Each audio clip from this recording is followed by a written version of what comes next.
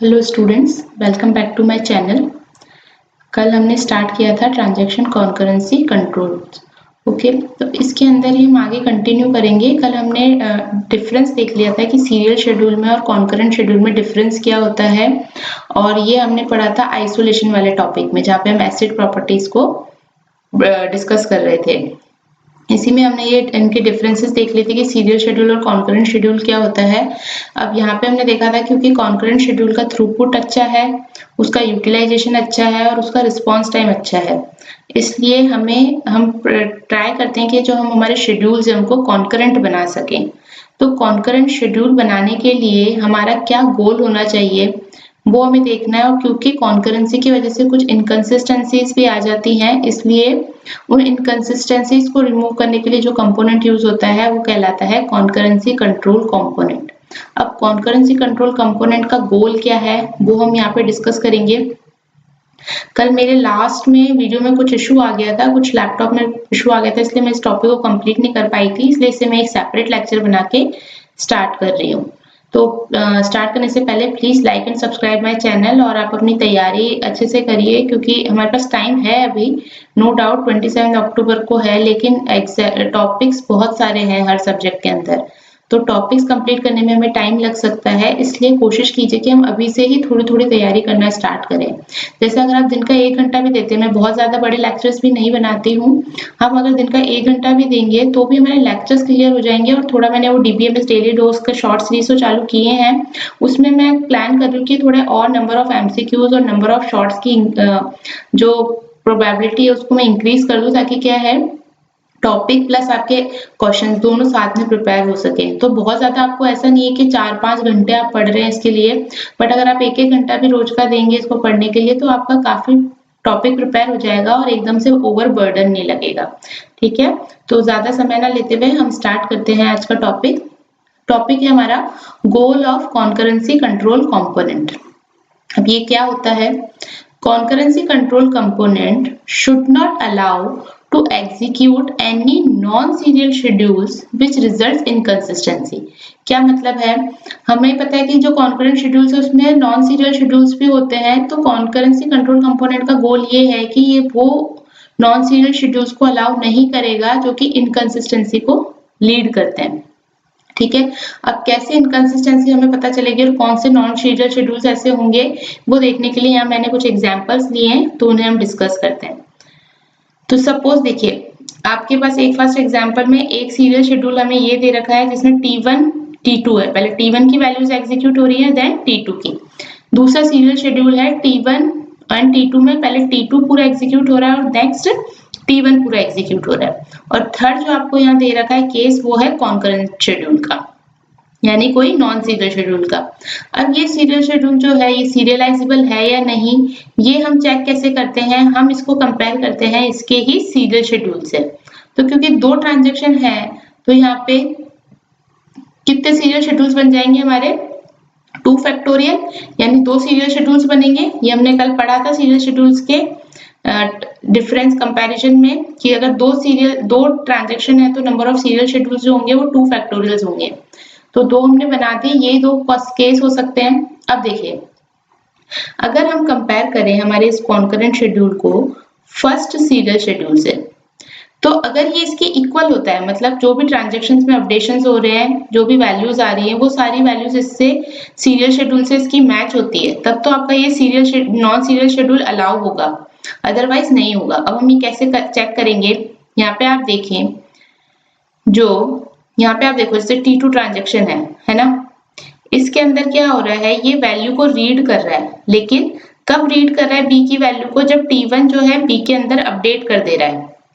ठीक है, यानी T1 ने सपोज B की वैल्यू 10 थी और 10 को अपडेट करके इसमें +5 करके इसकी वैल्यू को 15 कर दिया। ओके, तो यहाँ पे जो B की वैल्यू रीड हो रही है वो कितनी हो रही है? 15।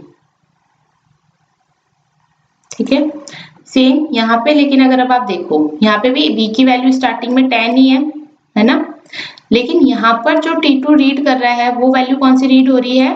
10। क्यों? क्योंकि जो A अपडेट कर रहा है वैल्यू 15, वो कब अपडेट कर रहा है? आफ्टर T जो है वो B को रीड कर रहेगा, तो यहाँ पे आपकी वैल्यू रीड हो रही है 15। तो अब यहाँ आप देखो, यहाँ के ट्रांजेक्शन T2 में B की वैल्यू है 10, जबकि यहाँ के ट्रांजेक्शन T2 में B की वैल्यू कितनी है 15। तो ये दोनों वैल्यूज इक्वल नहीं है, इसका मतलब ये दोनों शेड्यूल्स इक्वल नहीं है, तो ये इस शेड्यूल के तो इक्वल नहीं है, तो ये हो जाएगा आपका क्रॉस। अब हम चेक करते हैं कि क्या हमारा जो दूसरी पॉसिबिलिटी है सीरियल शेड्यूल के, क्या उसके इक्वल है क्या हमारा ये नॉन सीरियल शेड्यूल। तो उसके लिए अब आप वापस देखो, यहाँ पे A की वैल्यू रीड कर रहा है T2 सबसे पहले। सपोज A की वैल्यू है हमारी 10, ठीक है, इनिशियल वैल्यू जो है A की 10 है, T2 ने A को रीड किया और T1 ने भी A को रीड किया, तो यहाँ पे A की वैल्यू 10 होगी, लेकिन T1 जो है राइट भी कर रहा है A में, तो सपोज इसने इसकी वैल्यू को माइनस कर दिया 10 के अंदर से 5, और नई वैल्यू जो है A की वो आ गई आपकी यहाँ पे 5, ठीक है। तो T1 के लिए तो वैल्यू हो गई 5, A की वैल्यू, और T2 ने पहले ही रीड किया था तो T2 के लिए A की वैल्यू हो गई थी 10। अब आप यहाँ पर आइए, यहाँ पे जो T2 वैल्यू रीड कर रहा है वो कब कर रहा है, जब T1 उसके अंदर अपडेट कर दे रहा है, ठीक है। यानी T1 ने वैल्यू रीड करी 10 और इसको अपडेट कर दी कितनी 5। जब A की वैल्यू अपडेट हो गई 5, उसके बाद T2 ने आपकी वैल्यू को रीड किया, तो यहाँ पे A की वैल्यू कितनी हो जाएगी 5। अब देखो यहाँ तो T2 ट्रांजेक्शन में A की वैल्यू है 5, जबकि आपकी सीरियल शेड्यूल में T2 ट्रांजेक्शन में A की वैल्यू आ रही है 10। 10 इज नॉट इक्वल टू 5, तो ये क्या हो जाएगा, अगेन एक कॉन्फ्लिक्ट आते ही आपका जो शेड्यूल है वो इक्वल नहीं होगा। जबकि यहाँ पे आप देखिए जो B की वैल्यू थी वो इनिशियली इसने 10 रीड की थी, और T2 ट्रांजेक्शन कॉन्करेंसी में भी इसने इनिशियल वैल्यू तो इसकी 10 रीड की थी। तो B के केस में, B डेटा आइटम के केस में तो हमारा रिजल्ट मैच हो रहा है, लेकिन A के केस में हमारी कॉन्फ्लिक्ट आ रहा है। इसलिए जो आपका कॉन्करेंट शेड्यूल है वो ना ही T1 to T2 serial schedule के इक्वल है, ना ही T2 टू T1 के। देखो, not equal to T1 to T2 and not equal to T2 to T1 serial schedule. इसलिए इस तरीके का शेड्यूल क्या कहलाता है, आपका नॉन सीरियलाइजेबल शेड्यूल। अब यहाँ पे एक नया वर्ड आ गया है सीरियलाइजेबल, इसका क्या मतलब होता है ये मैं आपको समझाऊंगी। हम एक क्वेश्चन और ले लेते हैं। अब यहाँ पे देखो, आपका एक शेड्यूल है, वापस एक कॉन्करेंट शेड्यूल है, जिसमें है कि इसी का ही हम केस लेके चल रहे हैं, जो हमने यहाँ पे पॉसिबिलिटी ली थी। तो ये कॉन्करेंट शेड्यूल तो आपका नॉन सीरियलाइजेबल हो गया। अब हम दूसरा कॉन्करेंट शेड्यूल देखते हैं। इस कॉन्करेंट शेड्यूल में हमने क्या करा है, T2 R2A और R2B ये दोनों वैल्यूज हो रही है, और यहाँ पर ये आ रहा है। अब आप इसको चेक करके देखो, तो यहाँ पर जो A की वैल्यू है वो कितनी आ रही है 5, क्योंकि यहाँ पर तो एक की वैल्यू इसने रीड करी तो 10 थी, और 10 में -5 कर दिया, तो यहाँ पे राइट कर दी इसने वैल्यू 5, और ये 5 वैल्यू T2 ट्रांजेक्शन ने भी रीड कर ली। इसी तरीके से B की वैल्यू जो थी वो थी 10, जिसको इसने अपडेट करके कितनी कर दी 15, और ये 15 वैल्यू T2 ट्रांजेक्शन ने रीड कर ली, तो यहाँ पे इसकी वैल्यू हो गई 15। अब आपको यहाँ चेक करना है कि T2 ट्रांजेक्शन में A और B की वैल्यू देखो क्या आ रही है, 5 और 15 ही आ रही है इसके अंदर भी, क्योंकि दोनों की वैल्यूज T1 के अपडेट होने के बाद रीड हो रही है। तो ये तो ट्रू है, क्योंकि इसमें भी यही केस है, A की वैल्यू T1 के अपडेट होने के बाद रीड हो रही है यहाँ पे, और यहाँ पर भी B की वैल्यू T1 के अपडेट होने के बाद रीड हो रही है। और ये जो ट्रांजेक्शन है ये तो इंडिपेंडेंट है, तो इसको आप या तो नीचे ला सकते हो, ठीक है। तो यहाँ पे जो ये वाला ट्रांजेक्शन है कॉन्करेंट ट्रांजेक्शन, ये किससे मैच हो रहा है, आपका कॉन्करेंट शेड्यूल आपका T1 to T2 serial schedule से मैच हो रहा है। तो इस टाइप के शेड्यूल को जहाँ पे कॉन्फ्लिक्टनेस नहीं आ रही है, वो शेड्यूल क्या कहला जाएगा, आपका सीरियलाइजेबल शेड्यूल। एक और हम पॉसिबिलिटी देखते हैं कि अगर हम यहाँ पे करें कि हमने पहले रीड करवा ली A की वैल्यू, ठीक है, और यहाँ पे रीड करवा ली B की वैल्यू, तो यहाँ पे क्या हो जाएगा, A की जो ओल्ड वैल्यू थी, A की वैल्यू थी 10, तो इसने 10 रीड करी, ठीक है, और यहाँ पर इसने 10 रीड करके इसको अपडेट कर दिया, और इसकी वैल्यू को अपडेट करके क्या कर दिया 5। यहाँ पर इसने इसकी वैल्यू अगेन रीड करी, जो कितनी है 10, ठीक है, और यहाँ पर भी इसकी वैल्यू 10 थी, 10 को रीड किया और अपडेट करके इसको कर दिया इसने 15। तो यहाँ देखिए ये इसके तो इक्वल नहीं है, क्योंकि यहाँ पर तो इनकी वैल्यूज क्या आ रही है 5 और 15, जबकि T2 ट्रांजेक्शन में A और B की वैल्यू आ रही है 10 10, तो T1 टू T2 को तो ये फॉलो नहीं कर रहा। अब हम देखते हैं T2 टू T1 को फॉलो कर रहा है क्या। तो T2 के केस में A और B की वैल्यू, यहाँ पे देखो दोनों की वैल्यू 10 आ रही है, और यहाँ पे भी दोनों की वैल्यू 10 आ रही है।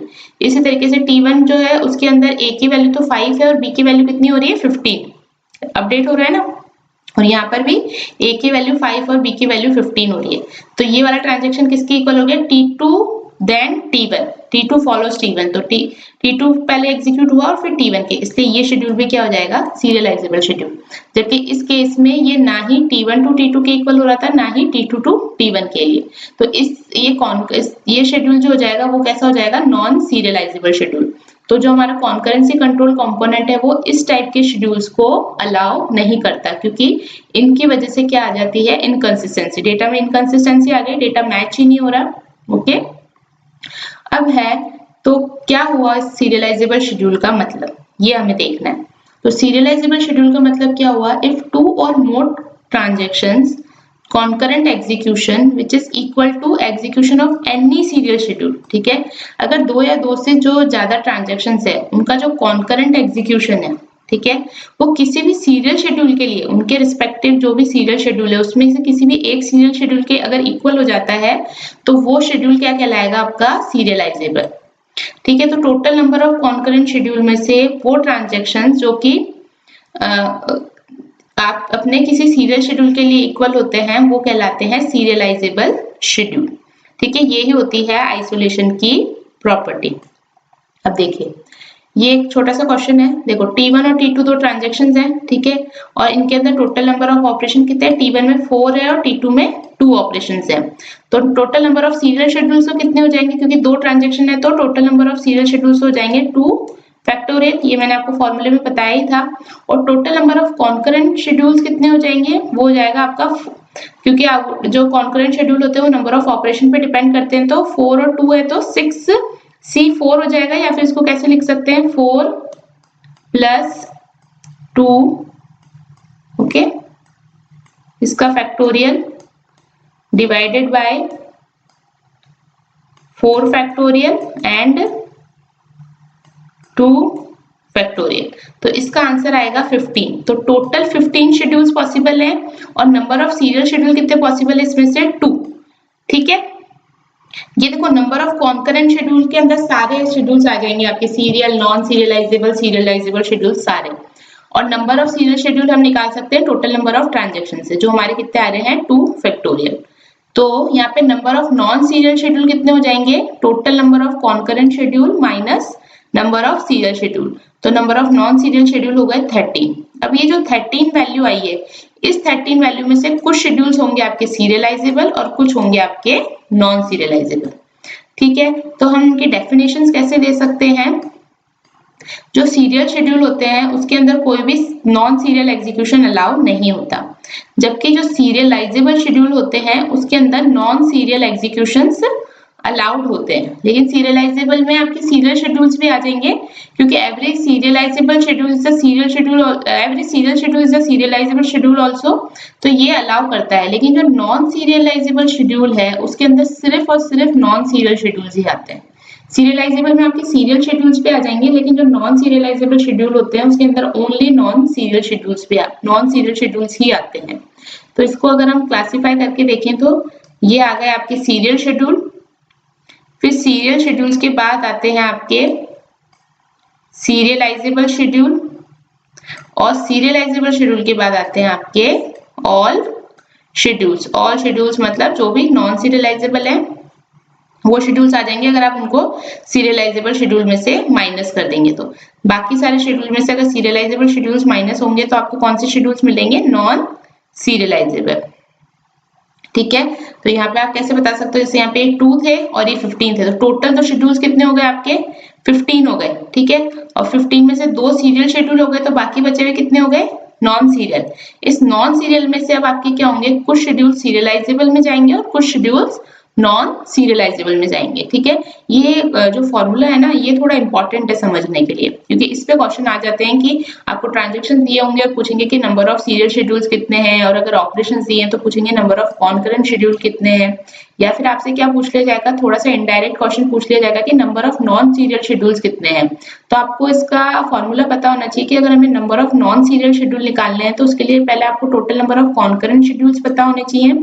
अगर उसमें से आप सब्ट्रैक्ट करते हैं नंबर ऑफ सीरियल शेड्यूल्स को तो आपको number of non serial schedules मिल जाते हैं। उसके अलावा आपको ये डायग्राम थोड़ा याद रहना चाहिए क्योंकि यहाँ से आप देख सकते हैं कि every serial schedule is a serialisable schedule, but every serialisable schedule is not a serial schedule, ठीक है। इसी तरीके से अगर आपको नॉन सीरियलाइजेबल शेड्यूल निकालना है, तो अगर आप सारे जो टोटल शेड्यूल्स हैं उसमें से अगर सीरियलाइजेबल शेड्यूल को माइनस कर देते हैं तो आपको क्या मिल जाते हैं, नॉन सीरियलाइजेबल शेड्यूल, ठीक है। तो इस तरीके से इसका स्ट्रक्चर होगा। तो आई होप आपको ये टॉपिक क्लियर हुआ। ये थोड़ा सा कंफ्यूजिंग हो जाता है क्योंकि इसके अंदर आपको अब थोड़ा सा मैथ परफॉर्म करना पड़ेगा और थोड़ा सा ये चीजें देखनी पड़ेगी कि ऑपरेशंस कैसे परफॉर्म हो रहे हैं, किस एग्जीक्यूशन फ्लो क्या है इनका, और उनको आपको मैच और कराना पड़ेगा, ठीक है। तो आई होप ये आपको क्लियर हुआ होगा। अगर नहीं हो तो प्लीज इसको एक बार आप रिवाइंड करके देखना, तो आपको ये अच्छे से समझ आ जाएगा, इसलिए मैंने एग्जाम्पल लेके समझाया है। अब है जो एक और प्रॉपर्टी होती है एसिड प्रॉपर्टी में, जिसमें सी होता है, सी स्टैंड्स फॉर कंसिस्टेंसी। जो कंसिस्टेंसी होती है वो रिस्पॉन्सिबिलिटी होती है आपके यूजर की, ओके। तो क्या होता है इसमें, transaction operation logically should correct, ठीक है। क्या कह रहा है, जो ट्रांजेक्शन ऑपरेशन आप परफॉर्म कर रहे हो वो करेक्ट होने चाहिए। करेक्ट का मतलब ये है कि ऐसा नहीं, जैसे सपोज ट्रांजेक्शन आपने कुछ किया, ठीक है, ऐसा है कि एक जगह से तो आपने 500 निकाल लिए, लेकिन उस 500 का आगे कोई डिटेल डिस्क्रिप्शन ही नहीं कि जो 500 सब्ट्रैक्ट हुए उसका क्या यूज था, ठीक है। तो आपके जो भी ट्रांजेक्शन्स हैं वो करेक्ट होने चाहिए, ये होती है आपकी कंसिस्टेंसी, ओके। तो that's it for this acid properties. I hope मैंने बहुत डिटेल में आपको इसको समझाया है, ताकि इसको आपको आगे और कहीं समझ पढ़ने की जरूरत नहीं पड़ेगी। इसके अंदर मैंने पूरा एक्सप्लेनेशन दिया है विद एग्जांपल, ठीक है। अब नेक्स्ट जो हम पढ़ेंगे वो हम पढ़ेंगे कॉन्करेंसी की वजह से प्रॉब्लम्स क्या क्या आ सकती हैं, या फिर कॉन्करेंसी जब हम करना चाहते हैं तो हमें क्या क्या प्रॉब्लम्स फेस करनी पड़ती है, वो हमारा नेक्स्ट लेक्चर होगा। तो आज इस वाले लेक्चर के लिए इतना ही। अब नेक्स्ट लेक्चर में हम पढ़ेंगे कॉन्करेंसी कंट्रोल कंपोनेंट क्या होता है, उसके लिए हमें क्या प्रॉब्लम्स फेस करनी पड़ती है। तो आई होप आपको ये लेक्चर समझ आया हो। लेक्चर समझ आया तो please like and subscribe my channel. Thank you.